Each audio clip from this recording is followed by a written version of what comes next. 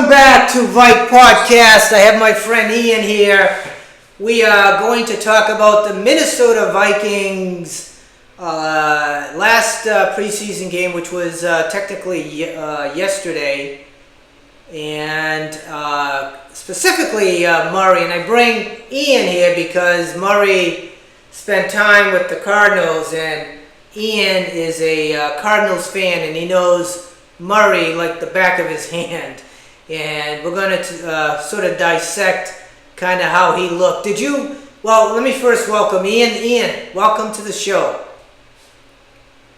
And Thank you for having me. Yeah, no problem. I just want to mention that Ian is here via what we call an interview mode, where I can bring in guests from anywhere. I send links to whoever wants to join the show, and you can talk about whatever you want to talk about, and that's how Ian is showing up now. He's remotely, you're using your phone, and boom, here he is. And I watched the game yesterday, and I first want to say that I've never been a big Kyler Murray fan. No offense to him and his family, but he's still too short, in my opinion. I know he's got an arm, but I don't know. I was watching Mendoza from the Raiders. You know, he's got that lively arm. He's a tall kind of kid, and I don't see that with Murray. You know, it's kind of like, yeah, he made a couple of decent throws, but he wasn't impressive to me. Help me, what are we getting again with Murray that should make me a little bit more excited? And let me just finish. The thing I do like about Murray is, as a kid growing up, he was a Vikings fan. So you kind of like that he's playing for his hometown team, his favorite team, but that doesn't mean that he's going to be the quarterback that we hope he is. So refresh my memory and my audience's for their knowledge. What are we getting from Murray? So Murray, ever since he came into the NFL in 2019, being drafted number 1 overall in the first round pick, he is a dual threat quarterback. He's that type of quarterback, dual threat quarterback who can throw and run at the same time. Unfortunately, with those type of quarterbacks, they tend to get hurt a lot or injured a lot because they're running the ball. And with Murray coming into the NFL is like those quarterbacks, they get hurt. So with our head coach, when we had Cliff Kingsbury, he came and he got drafted. Cliff Kingsbury utilized him in the running and in the passing game. Now there is a stat though that he was 8th in the NFL in deep throws in 2021, but when Cliff Kingsbury got fired, and then we brought in Jonathan Gannon, and we brought in offensive coordinator Drew Petzing, he stopped the deep throws and he went more into play action, running the ball first and play actions. So that minimized Kyler Murray's deep throws, and he went down all the way to 32nd in quarterbacks for deep throws. Oh wow! Now looking at Kevin O'Connell's offense, he likes running a lot of offenses, a lot of pass plays where they're deep throws, and hopefully Murray can go back into that deep throw passing game with Kevin O'Connell. If he can see the lineman on top, like you said, he is short. He's 5'9", 5'10". That's a struggle for him. So hopefully he doesn't get impatient and get out of the pocket, run out to the side, and wants to throw a hero play because he can't see. And hopefully Kevin O'Connell can find a way to get him patience. That way he can give time for the receivers to develop, for the routes to develop, and the receivers to get open. So with what happened? No, I was just gonna say, just a quick question before I forget. When you were talking about he was 8th in long, throws, how many yards is considered long? So long it's any 20 yards over. Okay. Which, I mean, so it's not like 40 and over, right? Or 50 and over, right? It's 20 and over? Yes, 20 and over. Okay, yeah.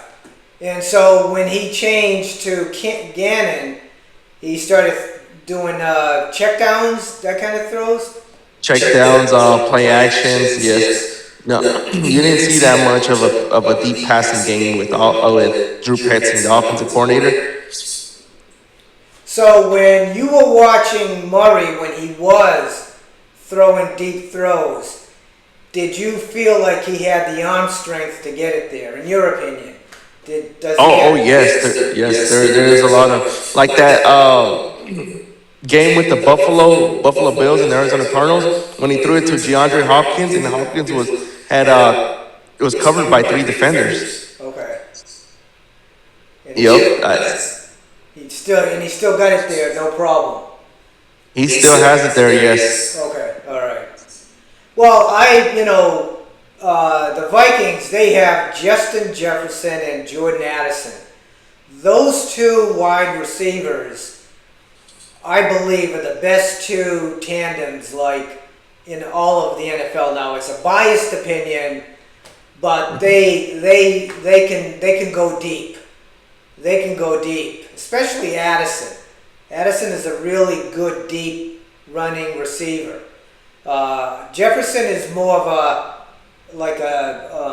deep in route kind of receiver. He's not afraid to go in the middle and make those catches.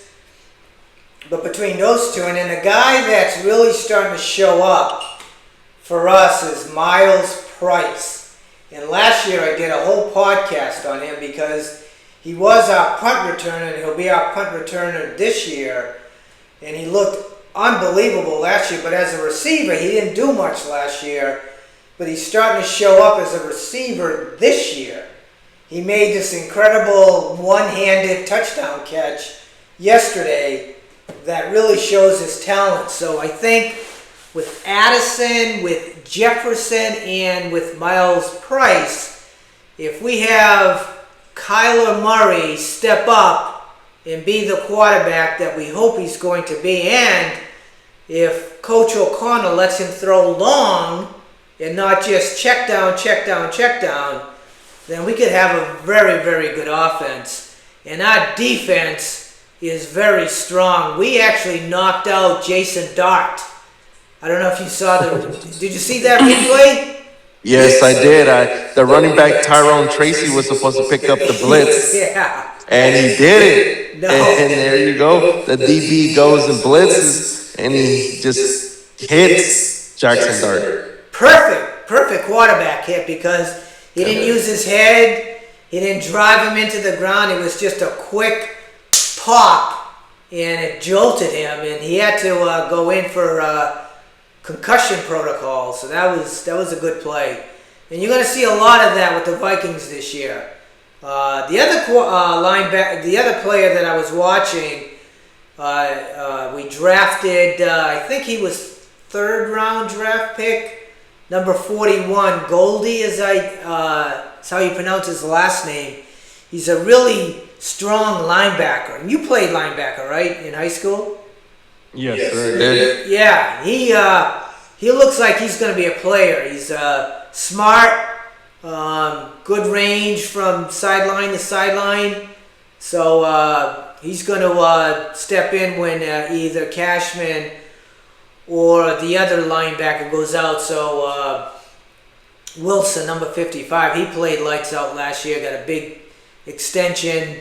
So yeah, the Vikings, they didn't look like really impressive offensively, but they look good defensively.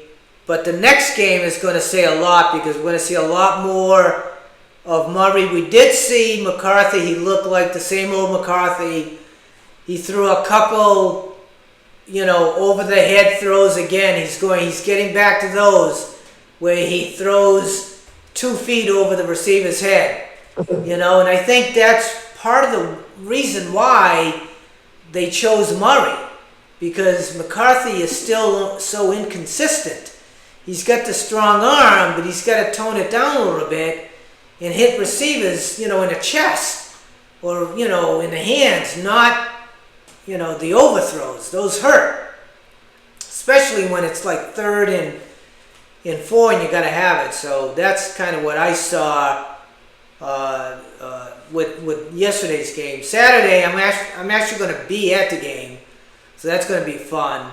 And we'll see what happens. We're playing the Ravens. They're coming in for a joint practice, and then they play us on Saturday, so that's going to be a good time. And before I forget, have you seen, and I'm going back to the Cardinals a little bit, have you seen the Cardinals' new practice facility that they're building? I saw a whole video on that. That's going to look very impressive. Have you seen any of that? Yeah. Yes, I have. It's in North Scottsdale off the 101. It looks pretty good because it's gonna have a lot of amenities. It's gonna have a lot of things that the players can use and improve. It'll be a good investment for the Cardinals. Yeah, I think technically it's still in Phoenix. They called it North Phoenix. It's like 101 Scottsdale Road. So I don't know if that's still Phoenix, but on the video they called it North Phoenix. But to me, that's Scottsdale.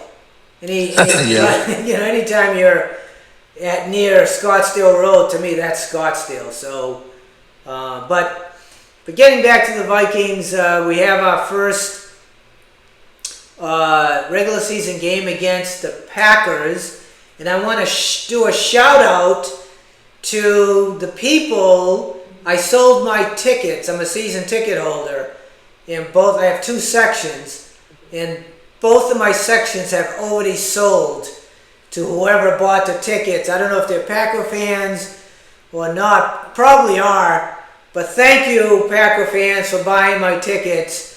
That's always fun to get that email saying, hey, your ticket sold. I'm not going to be at the game. So that's kind of cool, but I'm really looking forward to this season. I'm hoping for a championship game between the Vikings and the Cardinals.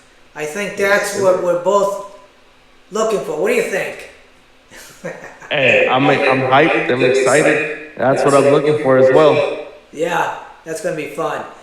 Well, that's all I have today on my Vikings. Looking forward to Saturday's game. See how that goes. When are the Cardinals playing again? What day? Do you know that? Because I don't even know. I don't know. I just know it's next week. Yeah. Preseason game 3. Yeah, maybe Thursday or Friday, something like that, or something like that. Yeah. Yeah. Okay. Well, do you have any last minute thoughts on the Vikings and our season and Kyler Murray? Hey, hopefully Kyler Murray can stay healthy throughout the year. He can stay consistent, and I want to see another couple of drives from him under Kevin O'Connell's offense next preseason game. I want him to get comfortable with that offense. I want him to get comfortable with the 3 receivers, Jordan Addison, Justin Jefferson, and the third guy you mentioned earlier. Miles Price. Keep up. Price, yes. Yeah, what they need to do with him is not only have him as a receiver, but have him as like a jet sweep kind of guy or a reverse kind of guy. Get him in open space because this guy is shifty. And, last year he looked really solid as a punt returner, and you got to utilize him in the offense, misdirection. Here's a question for you. Realistically, can the Viking fans expect or hope that Murray will take us to the Super Bowl? Is that realistic, or am I dreaming? Could that actually happen? Is he good enough? Be honest. Saying he under Kevin O'Connell, he matures, he studies, he finds something, he digs deep and finds love for what he does again. I'm not saying he doesn't love what he does, but finds more of that love or that passion of playing the game football. Then yes, you'll I believe you'll get a more consistent, more accurate Kyler Murray. Other than that, the as a Cardinals fan, the previous seasons I've seen him is just inconsistency after week 10 or after the bye week.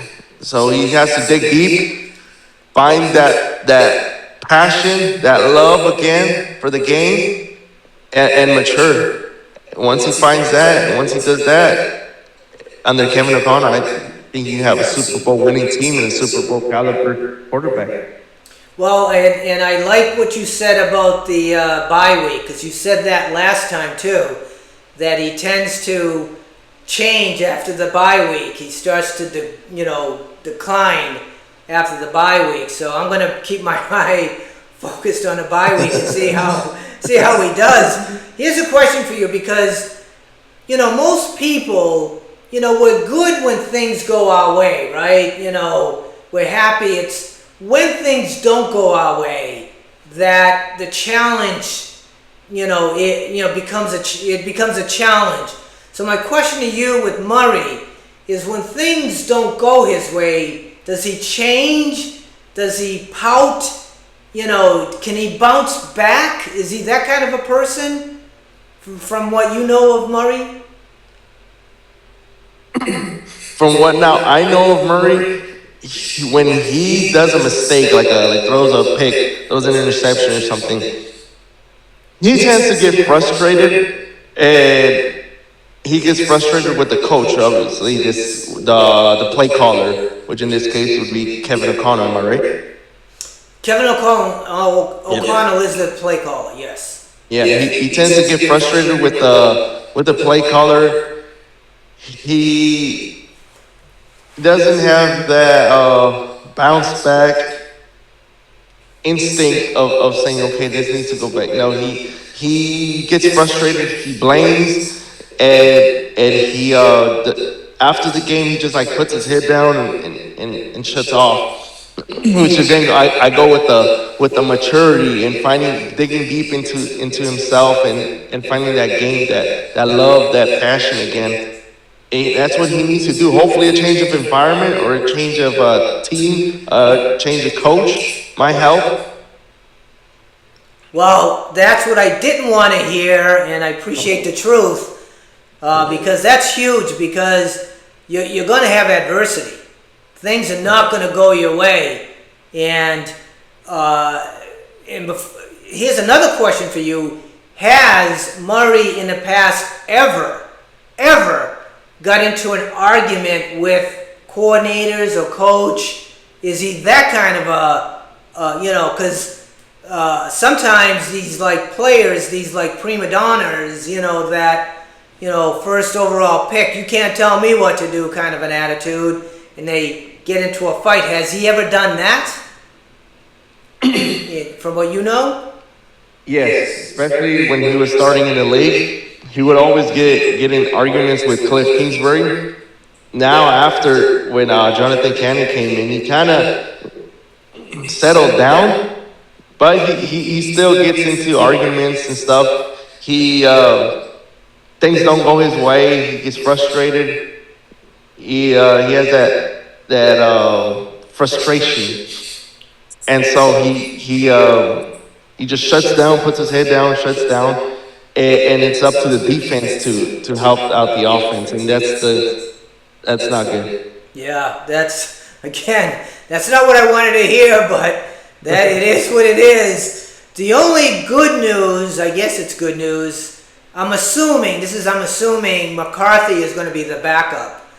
That if Murray and O'Connell butt heads, that we have McCarthy that we can throw in there, and say, look, Murray, go sit down and cool down a little bit. let's get McCarthy in there and see what he can do, because I still think if they're neck and neck, Murray might be just a little bit better right now, just like a little bit better, because that's why they picked him over McCarthy. But I still think McCarthy can be a real good starting quarterback if he just becomes more consistent and not throw the ball over the heads of receivers like he's been doing, like he did last game. And so if Murray can't get along with the coaches, if Murray can't listen to the coaches and take good coaching and take negativity, if he starts pouting and doesn't want to play, we're gonna have to put McCarthy in there and say, look, grow up, Murray. You need to grow up. This is the NFL, which stands for not for long. If you're not producing, we need someone in there. So thank you for being honest. let us know what to expect. But like you said, new environment. This is his childhood team. I think him bringing the Vikings to the Super Bowl and winning the Super Bowl would be epic for him as well as us. So let's just pray that happens. Ian, any last minute thoughts before I let you go?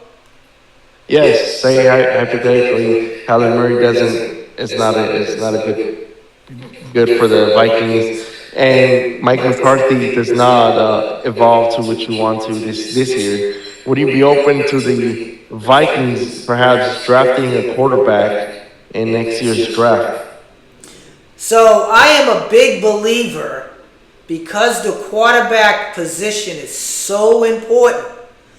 I feel like you should always draft a quarterback in every draft, because here's another reason.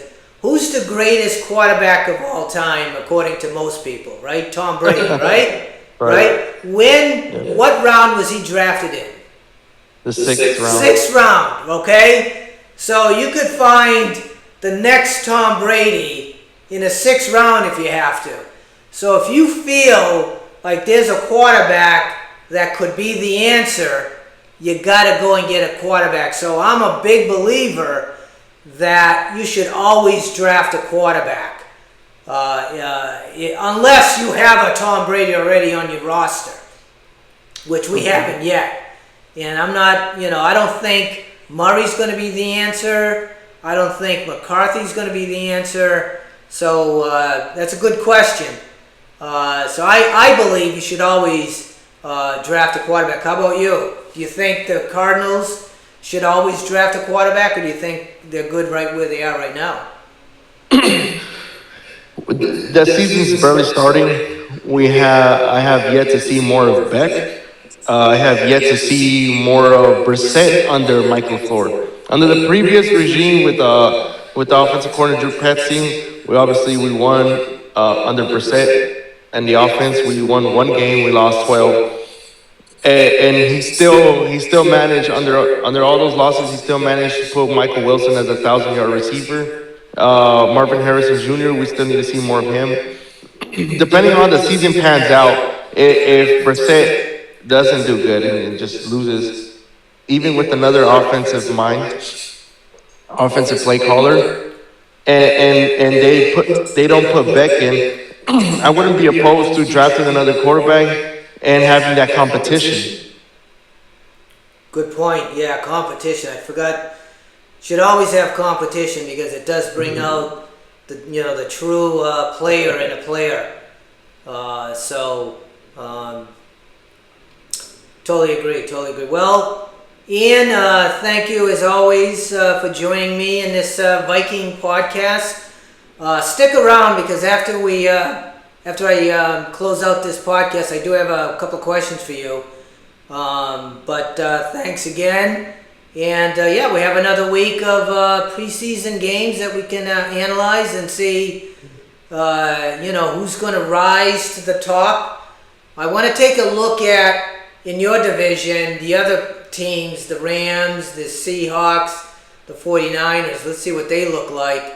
And then on my side, the Packers, the Bears, and the Lions. The Packers got blown out by the Steelers. I didn't watch any of it, but that doesn't look good. But it's only preseason. But you always don't want to get blown out in any game, right? You want to put up a little bit of a fight.